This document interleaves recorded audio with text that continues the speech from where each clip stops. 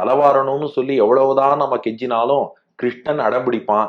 அதனால இந்த தடவை ஃபார் எ சேஞ்ச் நம்ம கிருஷ்ணன்ட்ட கெஞ்சவே வேண்டாம். காகத்தை அழைத்தாள். கொஞ்சம் வா, தலைவாரி விட்டுடுறேன்னு. காகம் என்னடான்னா அடம் பிடிக்கிறது. இல்ல இல்ல, எனக்கு நிறைய வேலை இருக்கு, நான் போய் இரை தேடணும், என் கோஷ்டியோட சேர்ந்து எல்லாரோடு சேர்ந்து உணவெல்லாம் உண்ண வேண்டும், பல வேலைகளை வச்சுட்டு இருக்கும்போது உன் குழந்தைக்கு தலைவாடுறதுக்காக வரணும்னா எப்படி? கொஞ்ச நேரம் விளையாட்டு காட்டு. விளையாட்டு காமிச்சேன்னு வச்சுக்கோ, அந்த நேரத்துல நான் தலையை வாரி விட்டுடுவேன். அதுக்கப்புறம் நீ பாட்டுக்கு போய் உன் வேலையை பார்க்கலாம் அப்படின்னா பெரியாழ்வார் யசோதை. காகம் யோசிச்சுது. யோசிச்சுட்டு சொன்னுதான், நானும் இந்த ஊரை சேர்ந்த காக்கா தான். அப்பப்ப இவன் என்னென்னலாம் பண்றாங்கிறத நானும் கவனிச்சுன்னு தான் இருந்தேன். பூத்தனைன்னு ஒருத்தி வந்தா இவனுக்கு விஷப்பால் கொடுக்கணும்னு சொல்லிட்டு வந்திருக்கா போல இருக்கு.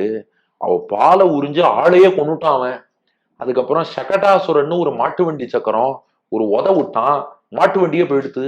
அதுக்கப்புறம் 2 மரங்கள், யமலார்ஜுன மரங்கள். நன்றாக நினைவில் கொள்ளுங்கள், இது ஏற்கனவே ஒருத்தர் என்கிட்ட டவுட் கேட்டார். அந்த மரங்களாக இருந்தவர்கள் குபேரனுடைய பிள்ளை நளகூபரன் மணிகிரிவன் தான், அதுல சந்தேகம் இல்லை. ஆனா பெரியாழ்வார் பாசுரத்துல அடிஷ்னலா இன்னொரு விஷயம் சாதிச்சிருக்கார். என்னன்னா, அந்த மரத்துக்கு மேல 2 அசுரர்களும் அமர்ந்திருந்தார்களாம் கிருஷ்ணனை அழிக்கணுங்கிறதுக்காக. கிருஷ்ணன் நடுவுல போய் 2 மரங்களை சாச்சானே, அது ஒரு கல்லுல 4 மாங்காயாம். ஒரு பக்கம் அந்த மர வடிவில் இருந்த நளகூபரன் மணிகிரீவனுக்கு சாப விமோச்சனம் கொடுத்தான். மறுபுறம் மரத்துக்கு மேல உட்காண்டிருந்தானே 2 அசுரன், அவனை கீழே தள்ளி அவர்களையும் அழித்து விட்டானாம்.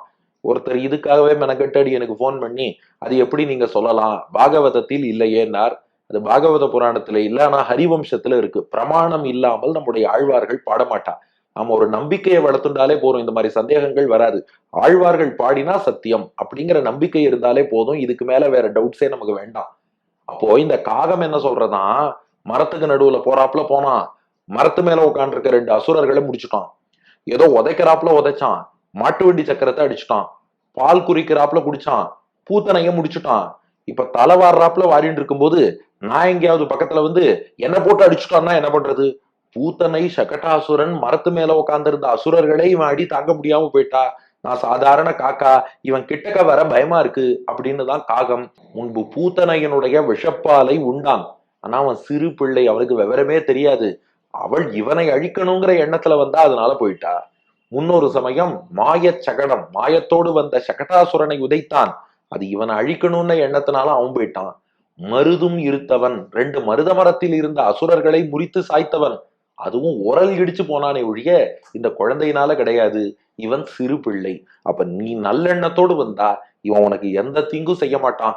தீய எண்ணத்தோடு வந்தா அவன் தீங்கு செய்ய வேண்டாம், நீயே போயிடுவ. அவ்வளவுதான் விஷயம்.